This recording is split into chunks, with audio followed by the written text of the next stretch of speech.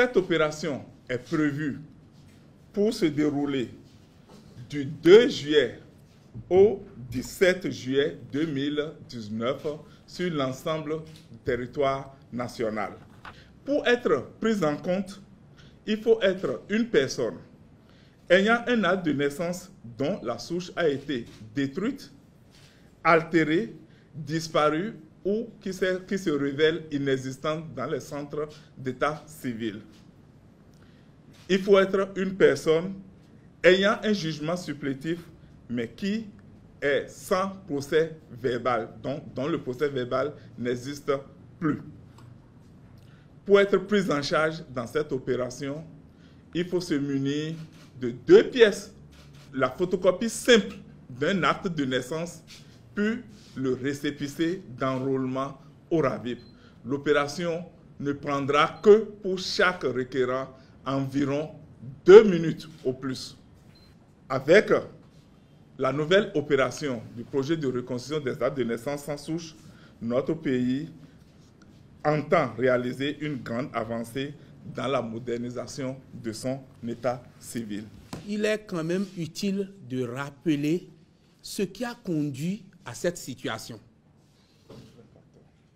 Les facteurs peuvent être rangés en 3 ordres.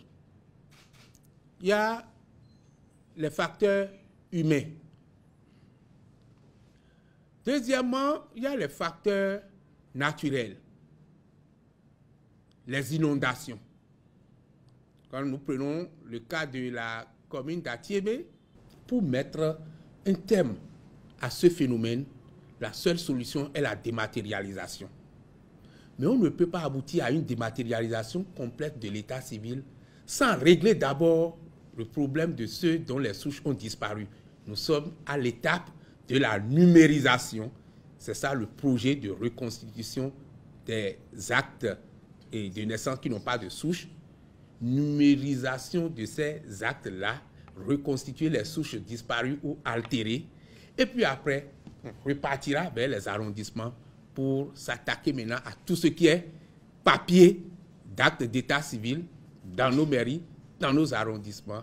Si une administration a besoin de la certification des informations d'état d'une personne, elle s'adressera à l'Agence nationale d'identification des personnes qui lui certifiera que cet individu a telle données de l'état civil. C'est ce qu'on appelle la communication électronique des données d'état civil et ça fait partie des objectifs du projet.